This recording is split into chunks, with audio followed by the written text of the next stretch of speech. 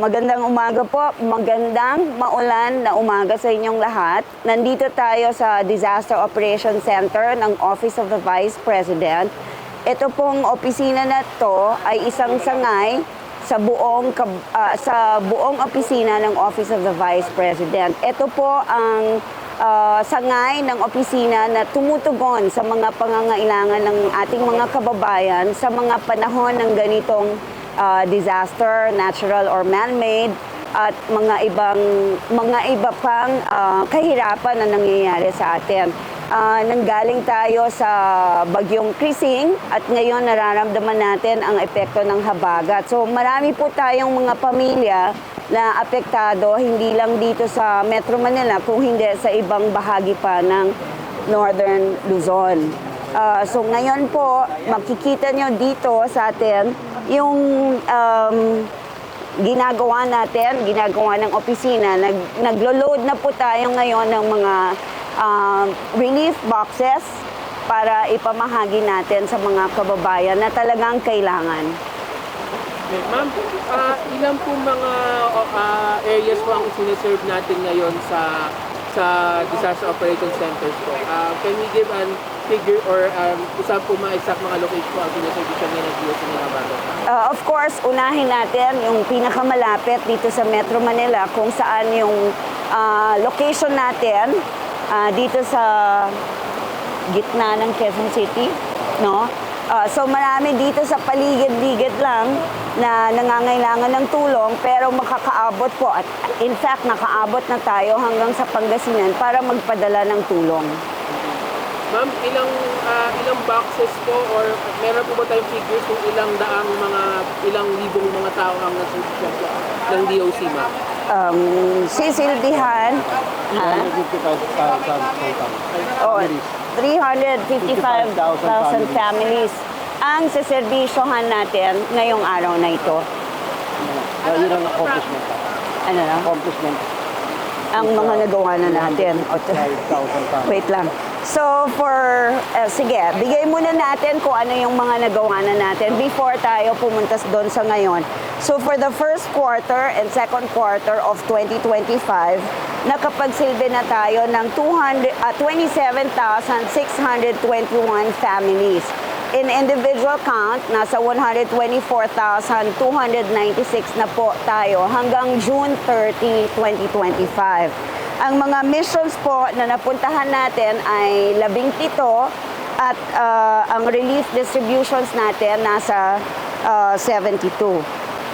For this year, from January to June 2025, nakaapat na po tayong mga disasters o mga insidente kung saan kailangan natin talagang maghatid ng tulong at nakaikot na rin po tayo sa 11 regions sa buong bansa. Nakaikot tayo also sa mga 23 na syudad at munisipalidad at total po ng number of barangays na natulungan natin ay nasa 72. Ma'am, ano po mga contents po ng mga disaster boxes na pinamimigay ng OBP, ma'am? Yung ating food boxes po, ang laman yan ay bigas at mga ilang pirasong canned goods na pwede na nilang pangtawid sa isang pamilya na nagbibilang ng 4. So mga maybe 1 day or 2 days or hanggang 3 araw kung kaya nila pang i-stretch yung kanilang relief.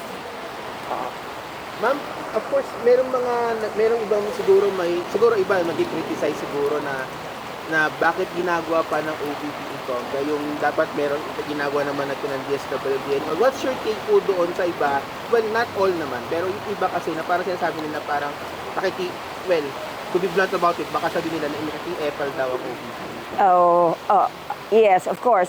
Naintindihan natin yung sinasabi nila. Kaya lang, syempre, itong ginagawa ngayon ng Office of the Vice President is only for augmentation. Kumbaga, dinadagdagan lang natin yung ginagawa ng iba't ibang ahensya dahil hindi naman po natin masabi na lahat ng kanilang tulong ay nakakapagbigay sa lahat. So dito lang po tayo, dun sa mga hindi na nila nasisilbihan or hindi na nila natutulungan, at mahalaga din po sa atin na maka-address ng pangangailangan ng mga first responders. Ito yung mga tumutulong talaga immediate na sila yung nandyan, whether police, barangay auxiliary, mga bumbero or mga iba pang frontliners doon sa lugar. So ito po ang pinupuntahan naman ng ating kalusugan food trucks. At least makabigay tayo ng relief sa kanila sa pamamagitan ng mga hot meals na naibibigay ng Office of the Vice President. Ma'am, may you share if the OVP has encountered difficulties or challenges in the delivery of relief aid in far-flung areas or in the provinces? Siyempre, opo, lahat rin ng klaseng challenges na nararamdaman ng mga ibang relief operations, meron din po ang Office of the Vice President. Kagaya ng mga sasakyan natin na kailangan ng huminto dahil hindi na kayang tumawid sa tubig. So, yung mga baha po, hihintuan na ng ating mga trucks kasi pagka nasira, mas lalo po silang hindi makakaandar. So, kung ano po yung datnan sa lugar na yon at kailangan na maglabas din tayo ng relief goods or ng mga pagkain galing sa kalusugan food truck, hihinto pa na tayo doon. So these are some of the challenges, medyo physical. Tsaka syempre, kung ano lang po ang kaya natin na maibigay sa isang oras, sa isang panahon, yun lang po kung ano lang rin yung nakasakay doon sa mga sasakyan natin.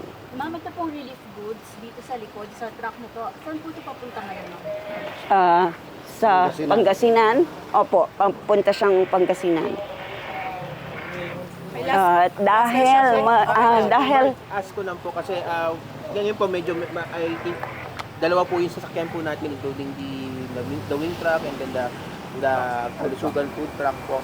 Do you feel po ba kailangan po ba ng additional augmentation trucks para po mas marami po pong maihatid na mga relief goods sa mga naapektuhan po natin mga kababayan po? Yes po. Actually, yun ang binanggit sa atin ng ating spokesperson na kailangan ng mga sasakyan. Totoo yan, kagaya nitong ating nakikitang food wing van sa likod, kaya lang yan maglaman ng almost 2,000 food boxes. So ang target natin like tomorrow and Friday is Pangasinan, where we need around 3,000 food boxes. Kaya kailangan namin ng augmentation ng mga other wing vans or 10-wheeler truck. In fact, meron na rin kaming partner na kausap, darating yan tonight, para tumulong sa amin, para makapagdala tayo ng mas maraming food boxes and other relief items sa mga probinsyang nangangailangan ng tulong. dahil nagbibigay tayo ng relief sa panahon ngayon, di ba? Babanggitin lang natin na yung ating libreng sakay, ito po yung mga bus ng Office of the Vice President na patuloy na umaandar. Dahil alam naman natin yung pangangailangan ngayon, and as a matter of fact, nung Monday ng gabi, pumayag po si Vice President Duterte na mag-extend tayo ng biyahe ng mga libreng sakay buses natin hanggang alas 12 ng gabi. Ito po, pangdagdag na lang rin sa tulong na alam natin na maraming na-stranded kung saan-saang lugar. Kaya po, ang libreng sakay natin, pinatuloy ang pag-operate hanggang madaling araw. At ngayon po, as we speak, umaandar din po yan, especially doon sa mga kanilang from the point of beginning hanggang sa makarating sila sa destinasyon, tuloy-tuloy po ang biyahe ng libreng sakay para makatulong tayo doon sa mga na-stranded na tao, na mamamayan natin. Attorney, may plan pa bang i-extend yung libreng sakay? Kasi for the past 2 days, nag-extend na from Monday and Tuesday. Ngayon po ba, or until the range of sight po ba, are we expecting po ba na i-extend yung libreng sakay pa po? Ipapa-extend po yan ni Vice President Duterte kung makikita natin ang pangangailangan. Sa ngayon po, kung talagang kailangan siya, itutuloy po ang ating biyahe. Okay. Thank you po. Thank you.